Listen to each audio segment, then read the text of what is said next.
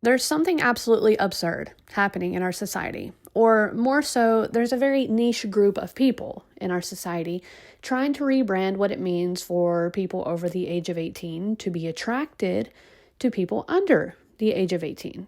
They're trying to normalize it or make it to where it can be seen as a preference that they cannot control. Or at the very least, they're trying to gain some sort of sympathy or understanding from the logical people of society who would otherwise say, absolutely not. So with that, we bring in this woman who has apparently changed her TikTok handle multiple times since making this video. So it's difficult to find her page or the original, but I was able to find the full video here, not just the clips. But this is a person who has decided to come on TikTok and outright admit to her attraction to minors. And not that it makes any difference to me, but to some of you it might. She's not talking about 15, 16, 17-year-olds. She's talking about toddlers. Yeah, she's talking about toddlers. And she's talking about how she's worked in childcare, worked with children. And she even talks about how she has to actively talk herself out of being attracted or to not do something with her own child. And she says she struggles with this daily. So let's go ahead and take a look at what she has to say. I've cut out some of the rambling, but I've left the meat of what she has to say. So let's just see what you think about it. This one's going to be triggering for people. It will. It will. Okay. Alright. So, there's something about my path, my journey, that I'm not necessarily like secretive about. Everyone in my life knows about it because I'm compulsively honest and open, and yeah, but I know that like saying it publicly there's gonna be like backlash, and I'm like, that's only because people don't understand. And I'm like, well, I can explain from my perspective, and some people are gonna get it and some people are not. Pedophiles. So when you hear that word, if your mind automatically jumps to sex offender, child sex offender, that is not the same thing. Okay, and let me just explain what I mean by that. Technically, if you get down to it, we're talking about the meaning of words here, and the definition of a pedophile is someone who has an attraction to children, but and I suppose because there's not that much like clarification around the fact that there's different attraction. There's like love attraction, and then there's sexual attraction. So I don't really know if it's just about sexual attraction or if it was about love attraction, because yeah. She starts with this entire thing to clarify that just because someone is attracted to children doesn't make them an S offender. It's just something they simply can't control. And that it's also very important to make the distinction between people who are solely attracted to just children and then people like her, she says, who are just attracted to everyone. That age is just a number. And that's different, right? Because just because you have an attraction to children doesn't mean that you're an actual danger to children. So that's very important for her to clarify before she tells her story of how she realized she was attracted to children. I think is just like an exclusive attraction to children, which is not what's going on with me. That's not what's going on with me. I'm attracted to, well, I wanted to sleep with some dude in his 60s. Like, age isn't a thing for me. In either direction. But, in saying that, let me explain how I figured out all of this. Okay? Don't hate me yet. Finish the video, okay? Fuck. Alright. So when I was 17, I started doing this course. It was a childcare course. So I did that. I did all of the theory stuff. So it was super fucking easy. It was all really easy. And then when it came time to do prac, yeah, I went to go do the prac. And sorry, I gotta turn notifications off next time. I can't be fucking else. You're gonna have to deal with it. Yeah, when I went to prac, there was this boy in one of the classes that I was in. He was like 4 or 5 or something. But he kept saying that he loved me, and I got huge butterflies.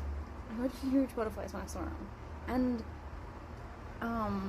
I wasn't coping at all with the fact that I was having these feelings. It was fucking with my head so much. I was like, what the fuck? What the fuck? What the fuck? What does this mean? What does this mean about me? What is this? What's gonna happen? Like, what do you mean? Yeah. So, because I was not coping with that, I kind of stopped going to the daycare for the prac. I needed... So basically, she goes through this course where she can care for children, and at the end, they bring in a 4 or 5-year-old, she says, and when this child is interacting with her, she says she starts to feel butterflies, and she's grappling with this feeling that she doesn't understand. So she's going to go on to say that she leaves the course because she's feeling so distraught and guilty about these feelings that she just cannot continue. But that's not actually the reason that she doesn't go through with the course. Let's keep listening. I suppose. But the last day that I was there, I came in to work so excited to see him. But that day, he called me a poopy head, and I cried so hard.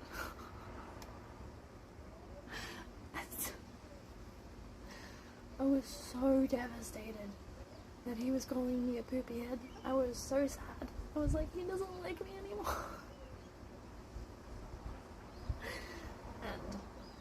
And it took me a few years after that before I realized that was a child altar inside me. That was one of my child versions of myself that was having a crush on this boy. She left this course because she was heartbroken because this little boy called her a poopy head. And it took her years to grapple with that. And this is where it really starts to tick me off. I mean, it already ticks me off, but these people always try to avoid any kind of accountability because they know it's wrong. They know it's wrong, but they have to make up some sort of reasoning for why they are the way they are. And she goes on to say that this is her alter ego. It's not really her. It's her childlike alter ego. And that's who's experiencing these feelings. Not the adult version of her, but the child version of her. It wasn't like adult parts of me, but there's still like this confusion because like my body was 17 at the time. So I'm like, does that mean that there's a 17-year-old in me who feels that way? Where technically a 17-year-old is still a kid, but no. But no, right? Yeah, so, it took me a few years to, like, forgive myself for even having those feelings, because now I realize, oh, it was a part of me that was, like, the same age as him that felt that way. And that's not to say, that is not to say that I think that it's okay for me in an adult body to follow through with anything. Because that's not a thing. It's not a thing. But that is a thing for her, unfortunately. And she's going to go on to tell us about just how much of a struggle it is for her not to act on these thoughts and feelings, so much so that she even grapples internally with how to interact with her own child. But she goes on here to talk about how she was essayed as a child by her father and her grandfather, and I empathize with that. I mean, to be honest, a lot of the people that we see that are experiencing these kind of thoughts and feelings were essayed as children. So I don't want to belittle the fact that it probably has a very significant role in why she is the way she is. But in the grand scheme of things, it just doesn't matter. Because it still doesn't take away from the fact that she is a danger to children and that people like this are still a danger to children. Even though she makes the distinction of child S offenders and those who are just attracted to children that have never acted on it, because to me, that just means they haven't acted on it yet. I mean, this would be like having a roommate that you know is a psychopath. Maybe there's a very valid reason as to why they're a psychopath or an uncontrollable reason as to why they're a psychopath, but that doesn't mean I'm going to sleep in the same house as them. And the fact that she thinks it's still okay for her to be around children and for her to have children, just because up until this point she's had self-control, that is a serious problem. After the childcare course, I tried to do a teacher's aid course. I just wanted to, because like that part of me went away. It didn't go away. And I was normal again. And I was like, okay, we need a job, we need to study. I'm great at communicating with kids just because I become a kid a lot of the time. And again, with the deflection. That's where that comes from. I can see from a child's perspective because I have a child's perspective a lot of the time. Nope, you are a fully grown adult. Yeah. So I went to TAFE, I did the teacher's aid course, and they assigned me to kids around 5 or 6. So again, all of the work is easy and it's fine. But then when I went to go do the prac, I was there for a week or maybe a few days or something, and I didn't get any feelings for anyone. But the memory of that happening kept haunting me, and I kept being afraid that I would develop some feelings for someone. So I stopped going to that prac as well. The way that she talks about children as if they are on the same level as her is disturbing. Like, just the way she says, I was afraid that I was going to develop feelings for someone. That's the way that you would talk about other adults. Like, childcare workers doing bad things, and I'm like, how could they do that? Like, when I thought that I was going into a line of work where I might even potentially, like, traumatize someone, I couldn't do it. How could people go into work knowing that they're going to like, I don't. So yeah. So when I was a kid, obviously someone abused me. And it made my life so fucking hard, because it changed the way that I see things. I assumed that all of my, like, fragmentation is because of trauma. I know that it's like an accumulation of trauma from multiple different lifetimes and from like genetics. I know that it's all of that as well, but I was always adamant that someone did something to me. I've skipped a bunch of stuff here, a bunch of new age rambling about ascension and inner work and energy and life force and manifestation and growth and mindset and just a bunch of crap, because it doesn't get any better from here. The video does not get any better from here, I hate to tell you. When I was younger, I tried to convince myself that if anything were to ever happen between me and someone underage, it would be because they approached me about it, and they were very adamant about it, and they seemed to know exactly what they want, right? I don't see things that way anymore, because my son has been really creepy with me lately, and I've felt uncomfortable, and I've had to be like, no, this is not a thing. Like, he's 4 now, so, but, like, for instance, he sometimes, like he tries to watch me get dressed or whatever. If he catches me, he will mention my boobs. Yesterday, he walked up to me and he just, like, reached up and was about to just fucking double grope me. And I was like, no. I have gropey trauma with my grandfather. And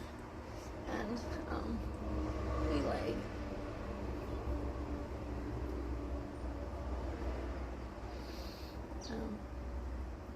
I feel like I'm being traumatized by my son trying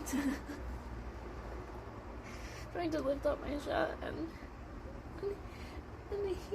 that's right, he fucking just crawled up on my bed when I was trying to relax, and he groped the same boob that my granddad groped, and it was creepy, and it felt like he was being possessed, and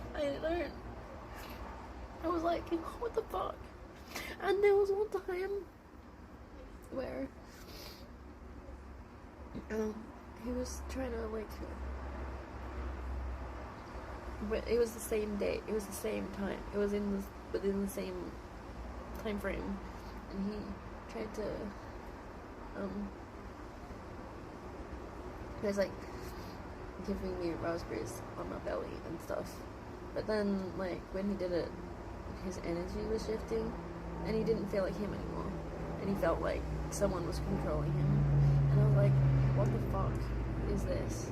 What is this? And then he, I think it's like he, like, started to go lower, and I was like, no, like, what are you doing? And then he, like, crawled up and groped me, and then I freaked out a little bit,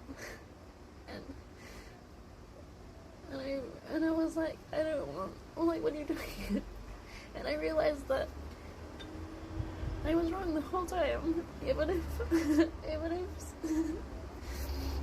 a child would try something with me, I wouldn't feel comfortable with it, and I would stop it and push it away, and I was just like, what the fuck? Right after that, he crawled up to me and he whispered in my ear, I'm your sister.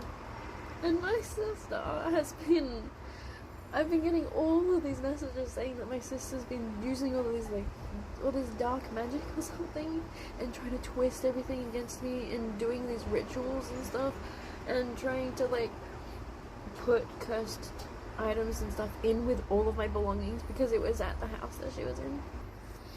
Yep. So there's that. So that's the opposite kind of child sexual abuse.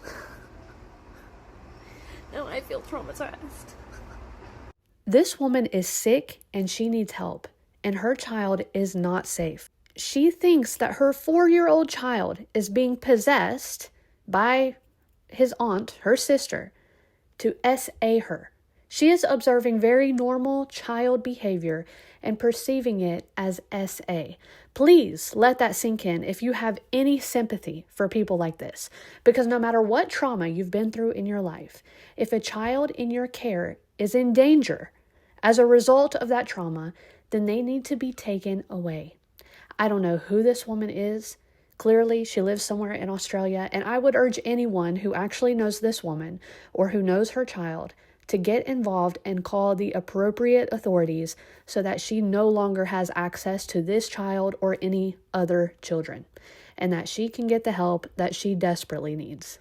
I usually don't get too worked up about the videos, the situations, and the people that we cover because most things aren't super urgent or they have already happened. We're covering things that have already happened. But this is an active situation in my eyes, and this is not a safe situation. So I truly hope that someone gets involved and gets that child to safety. But I'd love to hear what you think down in the comments. If you have any more information about this woman or the situation, please let us know.